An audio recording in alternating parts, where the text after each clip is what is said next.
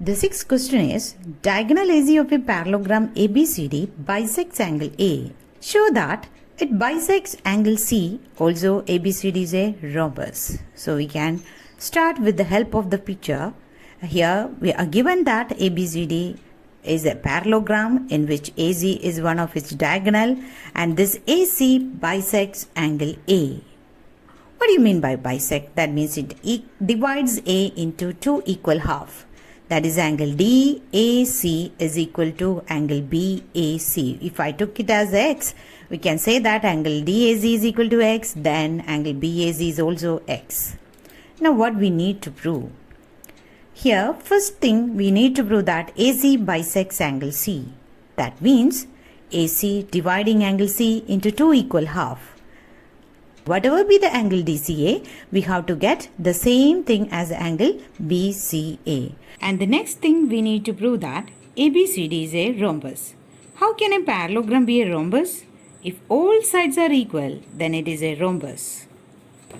Here we are not going to follow the congruency of triangles to prove this theorem. So before writing the proof, we will just discuss what we are going to do. So first of all, think what we are given. It is given that AC bisects angle A. That means angle DAC is equal to BAC. Take it as equation number 1, and here I took each angle as X. Now, since it's a parallelogram, we can consider the two parallel sides AB and DC along with the transversal AC. Since AC is the transversal, we can select two alternate interior angles from this figure. They are BAC and DCA. And what about alternate interior angles? They are equal since AB and DC are parallel. So we can say that both of them is X and take it as equation number 3. Similarly, if we consider the parallel sides AD and BC along with the transversal AC, we will get another pair of alternate interior angles. They are angle DAC and BCA. Since DAC as X, I can write BCA as again X because they are equal. By combining all these equations together, it is very easy to reach our conclusion that angle DCA is equal to BCA because we got X all over there. So in the proof, we will start writing as first given, that is angle DAC is equal to BAC, equation number 1, which is given.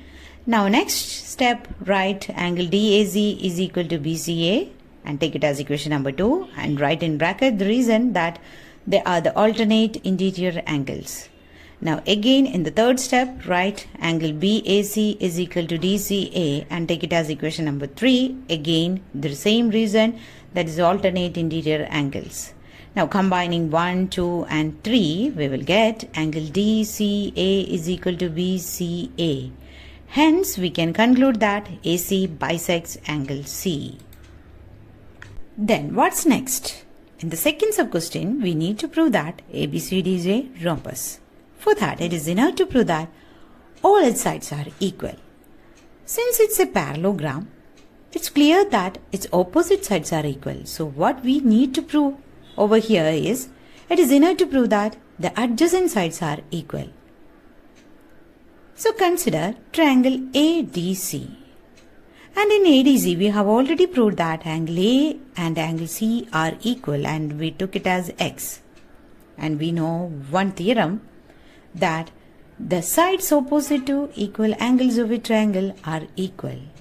And we will apply that one over here to get our result.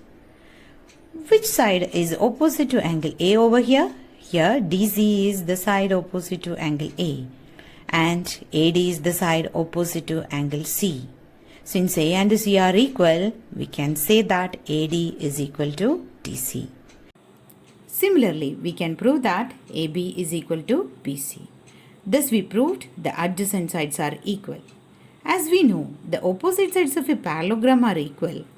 We can combine equality of all sides and conclude that all sides are equal. That is, AB is equal to BC is equal to CD is equal to AD. Hence we proved ABCD is a rhombus.